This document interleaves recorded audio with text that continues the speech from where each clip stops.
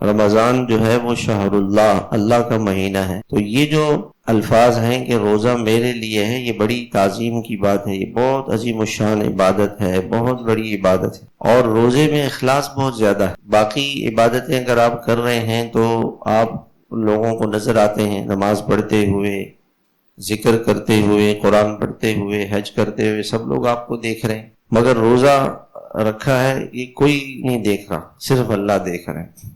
اخلاص اس میں بہت زیادہ ہے، اور اس میں اس بات کی مشق کرائی جاتی ہے کہ انسان ہر کام اللہ کے لیے کرے، اللہ کو راضی کرنے کے لیے کرے، اللہ کو خوش کرنے کے لیے کرے۔ قیامت میں انسان جب اللہ تعالیٰ کے دربار میں جائے گا اور اس نے کسی کے ساتھ ظلم کیا ہوگا، کسی کو تکلیف پہنچائی ہوگی، کسی کا دل دکھایا ہوگا، کسی کی غیبت کی ہوگی، چوری کی ہوگی، کوئی اس نے گناہ کیا ہوگا، تو اس کی سزا یہ ہوگی کہ اس شخص کی نیکیاں لے کر مظلوم کو دے دی جائیں۔ جو نیکیاں اس نے کی ہوں گی تو مظلوم کو، ظالم کی نیکیاں وہ مظلوم کو دے دی جائیں۔ آخرت کی جو کرنسی ہے وہ نیک اعمال ہے، آخرت کی جو کرنسی ہے وہ نیک اعمال، وہ اس سے لے لیے جائیں گے۔ اور لیکن اب نماز لے لی جائے گی، نماز بھی لے لی جائے گی، حج بھی لے لیا جائے گا، زکوٰۃ بھی لے لی جائے گی، مگر روزہ اس سے نہیں لیا جائے گا۔ یہ کتنی بڑی بات ہے کہ روزے کا اجر روزے دار کے لیے ہوگا، وہ کسی اور کو نہیں دیا جائے۔ پھر روزے کا